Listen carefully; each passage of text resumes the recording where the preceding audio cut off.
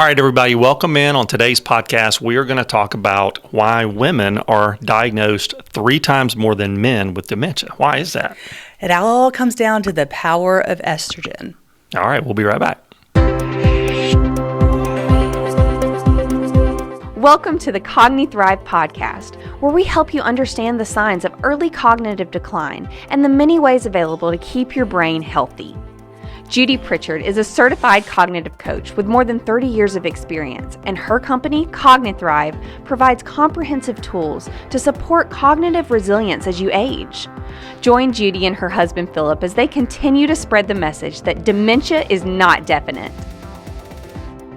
So welcome in, everybody. So, Judi, why are women diagnosed so much more than men with dementia? You know, typically, what's traditional with dementia is we still don't know a lot. But what has historically always been the belief is that it's been kind of chalked up to the fact that women traditionally or tend to outlive men. And so they just kind of chalked it up to that. But lately, with more and more research focused on women's health, we're learning more and more about how menopause factors in. Okay, so menopause. Yes. So talk a little bit about that for our audience members who aren't familiar, or if you're a man. I know. So this is going to be a great crash course. So menopause is the point of a woman's life where they no longer have menstruation. So they no longer have a cycle. And it typically, for most women, happens in the mid-50s. And with that comes a host of different side effects or complications. Everything from night sweats to hot flashes to mood swings to forgetfulness. Brain fog. Brain fog, exactly. All kinds of symptoms that can be traced back to different levels of hormones, specifically estrogen. Gotcha. So since we are talking about dementia, and that is kind of our niche here, talk about the brain fog. So what causes the brain fog during menopause? Yeah, so let's even go back a little further than that. Okay. Let's go back and talk about estrogen in particular and what it does in the brain. So estrogen is a really powerful anti-inflammatory. So it is not only throughout your body, but also in your brain. And so it helps the brain run well. It helps control cortisol levels, which cortisol levels are those hormones and enzymes that help with the fight or flight. So if you're in a high stress, quick situation, it helps you keep your head straight so you can get out of a stressful situation. But too much cortisol is almost like you're overflowing an engine with oil. And it kind of dampens everything down and causes the electrical transmissions of information through your brain to get blocked. So when estrogen is not at the appropriate levels, those cortisol levels aren't being managed as well. So it ends up with a lot of brain fog. And with the brain fog can lead to lots of other symptoms. And it's kind of like, what came first, the horse or the cart? Did estrogen levels drop causing brain fog, and then depression came along with it because we didn't really know what was causing it? Or the interruptions in sleep that come along with menopause, is that related to leading to depression, to leading to estrogen? What came first? They're now thinking it is that the estrogen levels are changing. But if you think about most times with most women, I've even been a victim of this. You go to your physician and you talk about it, and you talk about the symptoms you're having, and because the information is so new and not readily known by all physicians, it gets chalked up as depression. Yeah. And so we're given and we find that a lot with dementia, even with veterans, with lots of different groups who a lot of times the brain fog or the dementia symptoms they're showing is written off to depression or something else. So there's so much more to it. So it sounds like estrogen kind of is linked to a lot. Much more than we ever really thought about. Then the long-term health risks of long-term decreased estrogen are things like cardiovascular disease, diabetes, increased risk of dementia and Parkinson's disease, and other things like increased cholesterol, all these kind of health implications. Again, that comes back to controlling estrogen. Right.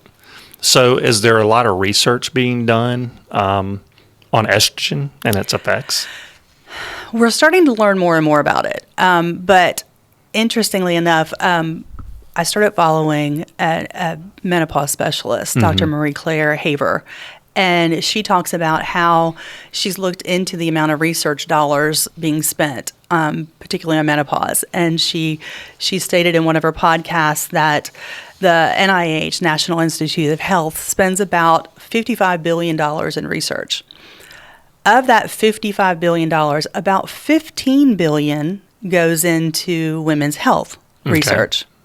Guess how much of that is spent on looking at longevity and menopause for women? Probably not much. 15 million. So of the 15 billion for Women's Health Initiative research, 15 million is only being focused on menopause and longevity. So that's not much at all. No. So it's almost nothing. This simple answer that people always gave us around why are women more likely diagnosed or more often diagnosed with dementia isn't because women are just naturally more curious and going to go for a diagnosis or that we're outliving men.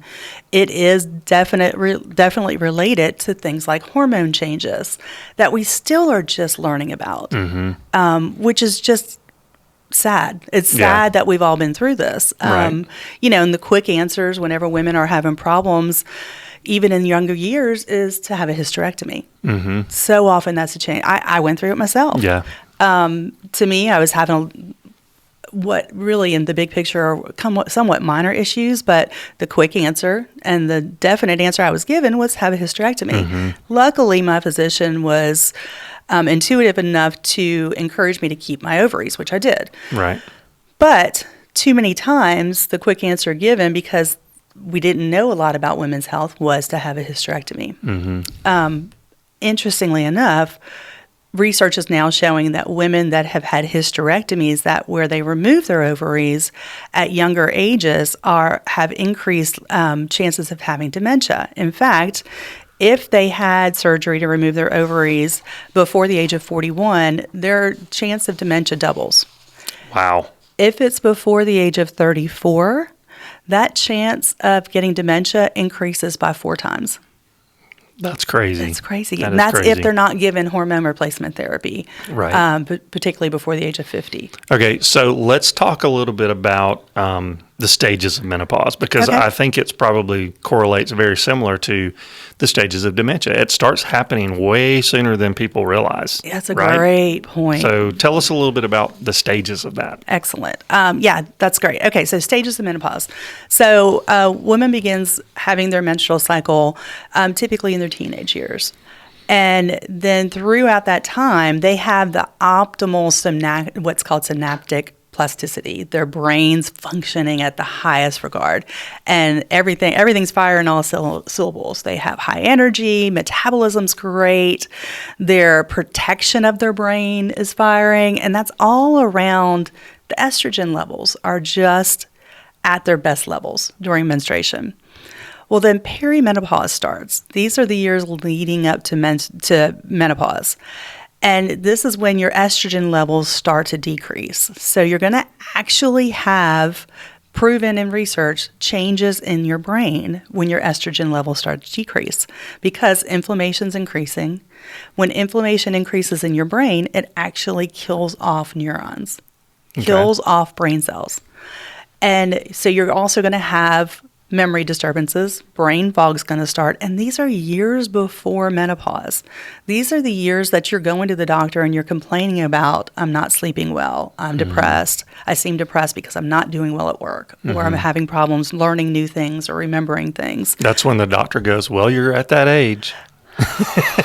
Don't get her started on that. You're right, though. But I agree, because you really haven't done anything different than you did the year before, but all of a sudden everything's changed. Yeah. Even if I am doing things better, I'm trying to eat better, I'm trying to exercise more, I'm trying to do those things that we always think about, but nothing's helping. Right. And, let's add on mood changes.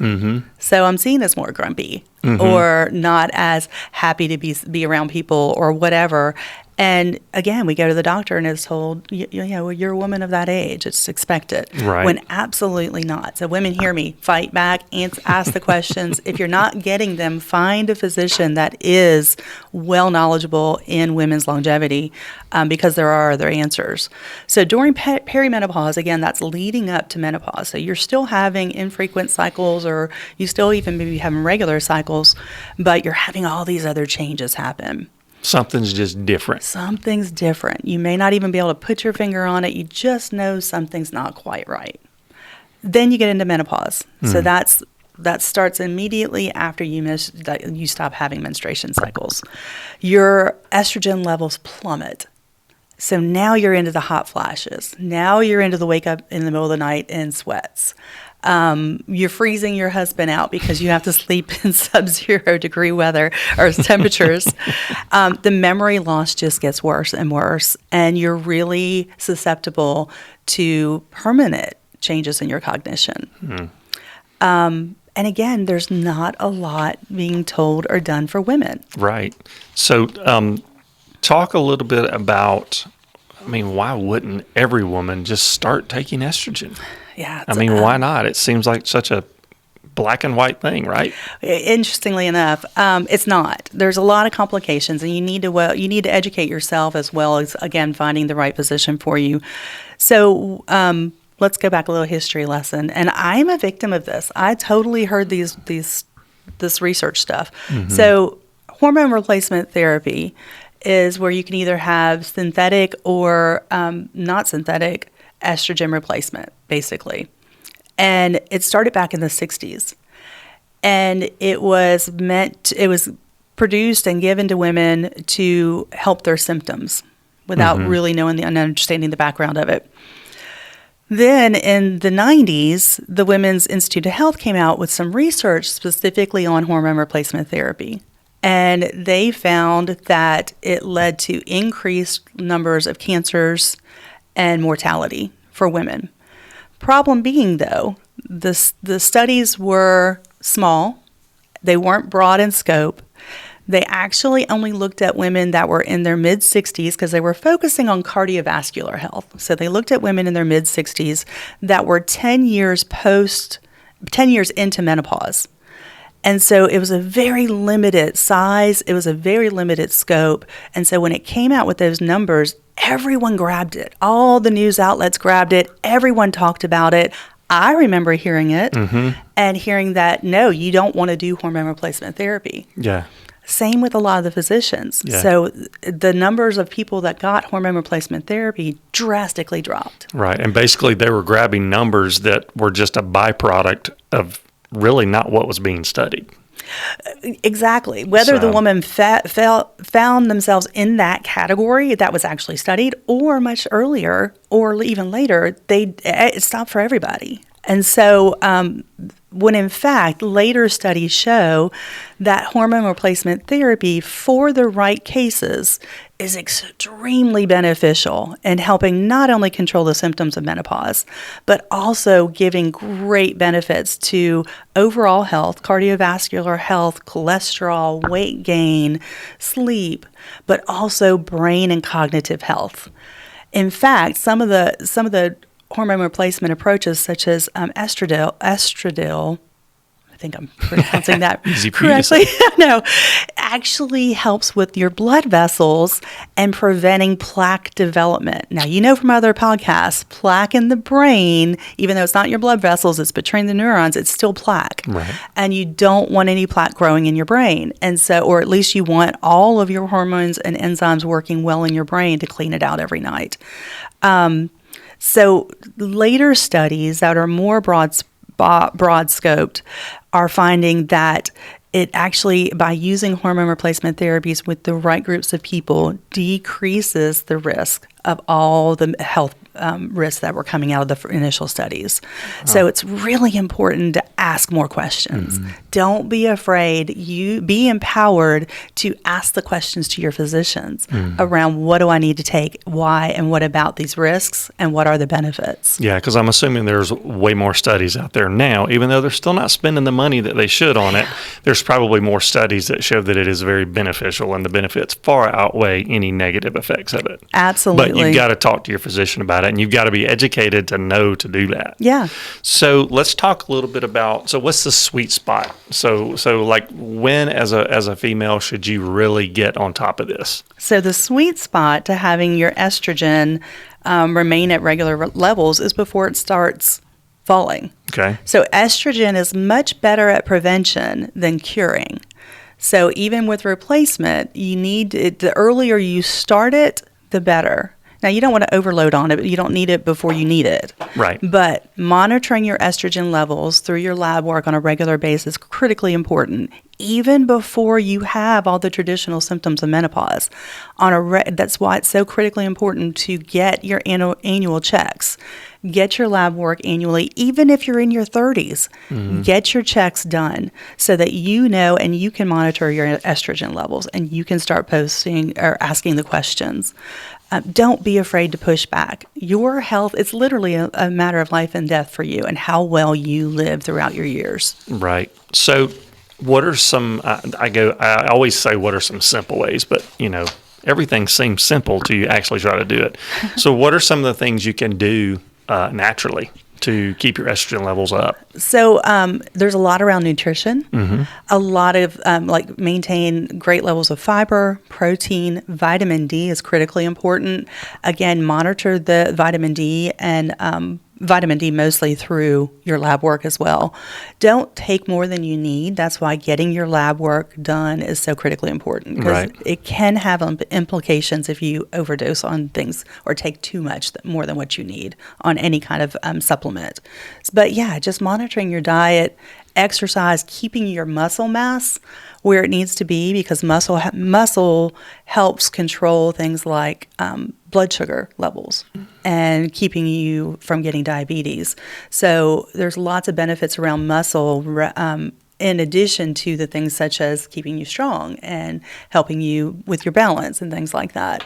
So all those great brain health approaches are critically important and will help here too. But most importantly, keep your hormone levels where they need to be. Okay. So really good information. So, if you're a woman, this is inevitably something you're going to have to go through, and your husband too. Yep. So you need to learn more about it. So husbands, be more supportive. But yeah, talk to your doctor about this. Be very informed. There's lots of information out there. Don't jump on a bandwagon, but get educated. So any final parting thoughts on this subject? If you start to have changes where you feel like you're just not remembering things well, come call us. We do a cognitive profile. It's online. It's your results. You get them, and every year you can take it to monitor your brain health and your cognition. This is not something you get in your annual checkups. This is not something that you will readily know other than your feelings, and you don't want to get misdiagnosed. And the most important piece is, if you start having symptoms that you're worried about with your cognition, you can change that. You can stop the progression of anything bad that may be happening. You just have to get with a cognitive coach or give us a call and we'll help you with that. But the thing to know is you are empowered to know that you can do something about it. It's not inevitable that you get dementia. It's not inevitable that you start slowing down as you reach a retirement age. So keep thriving on and keep fighting and being empowered to get what you deserve.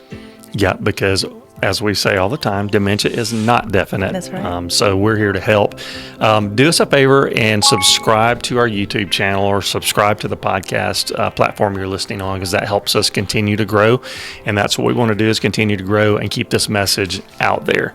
So Judi, thanks so much. Thank and you. I look forward to our next session. Absolutely. Thanks, guys. Thanks, everyone. Thrive on.